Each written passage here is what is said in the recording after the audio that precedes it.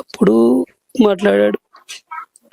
చివరిగా మీ మీ వైఫ్ మాట్లాడినప్పుడు ఏమని చెప్పింది సార్? ఇంకేమన్నా ఏం చెప్పలేదు, నార్మల్ గానే మాట్లాడింది. నార్మల్ గా రోజు మాట్లాడేటట్టే మాట్లాడింది. అమ్మాయి ఫోన్ చేసింది, ఓకే ఏం చేస్తున్నావు అంటే ఇప్పుడు లేచాను అని చెప్పింది.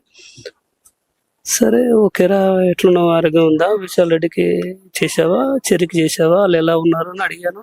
బాగున్నారంటనే, ఏం ప్రాబ్లం లేదు, మంచిగా ఉన్నారు వాళ్ళు, నేను మళ్ళీ వెళ్తాను సండే రోజు అని చెప్పింది. అంతే, ఏం మాట్లాడలే. సరే అమ్మా నువ్వు పడుకో, నేను తర్వాత చేస్తలే అని చెప్పి. ఏమన్నా ఆరోగ్య సమస్యలు ఉంటుందా సార్? ఏం లేవు, చెప్పాను కదండి, అమ్మాయి వెరీ స్ట్రాంగ్. అమ్మాయి ఎటువంటి ప్రాబ్లమ్స్ హెల్త్ వైజ్ గా లేవు అమ్మాయికి. ఏ టాబ్లెట్ వాడదు, ఏం వాడదు.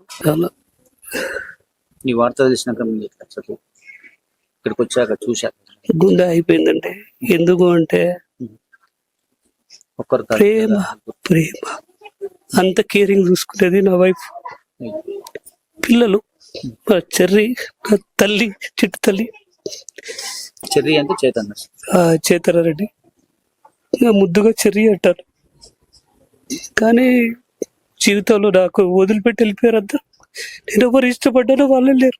అంతేనండి, అది బాధగా నేను ఏం కనపడతలే నాకు. టీచర్